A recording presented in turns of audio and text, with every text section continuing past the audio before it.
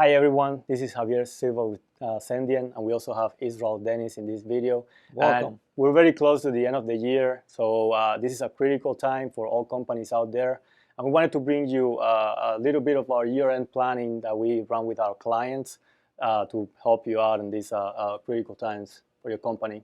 So Israel, why don't you tell us what we'll be covering today? Yeah, definitely. So like you mentioned, we're going to be discussing year-end planning, and the three things that we want to cover on the video is why is it important, when should you start preparing, and things to consider.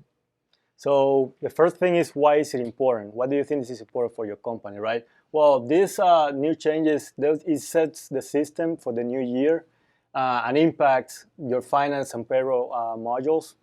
So it also requires patches to be installed, and these patches are released from your application vendor.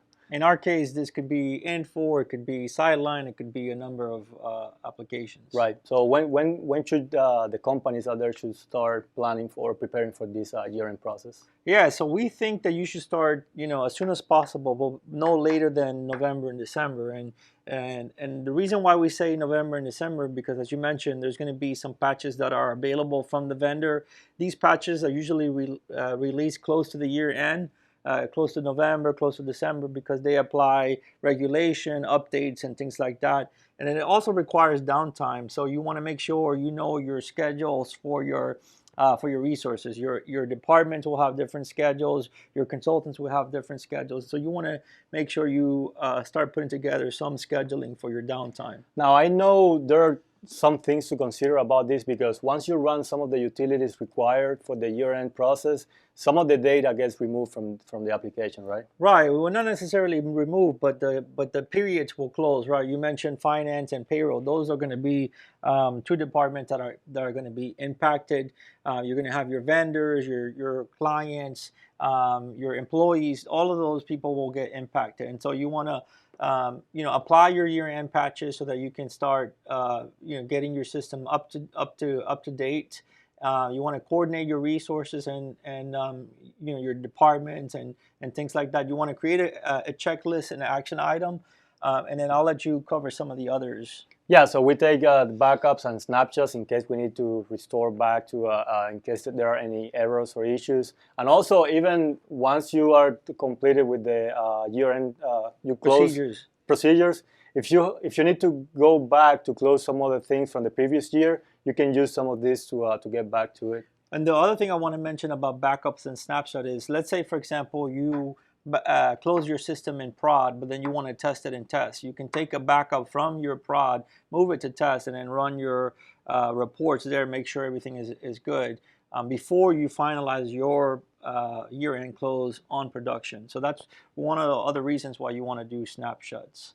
I'll let you cover 5 and 6, and then we'll wrap it up by talking about your actual close. Yeah, sure. So here we want to make sure that you can reconcile your finance and payroll modules. Make sure that there is an order to close this, so you have to run each form. And we're not going to go through every single step on Right. reconciling your finance and your payroll departments or your modules, but you know that you're going to have between 12 and 13 periods. You want to make sure that all those periods are closed. So we're not going to go into specifics here, but we want to just cover it high level. Then you want to run your reports and procedures to just to reconcile all this and make sure that things are running smoothly. And then you can just get another backup to finalize the close of the year-end planning and process. And the reason why you want to take a backup after you've finally closed the system is if you want to roll back, or if you want to have a point in time, this backup or snapshots. It's a combination of backups and snapshots, right? Especially if you're running VMs. In case you want to roll back to a point in time, you have a snapshot that you can use. So this video is we want to cover high-level year-end planning. It's important to start early, and it's going to impact multiple systems. You should start somewhere in November, December, or as soon as the patches are available.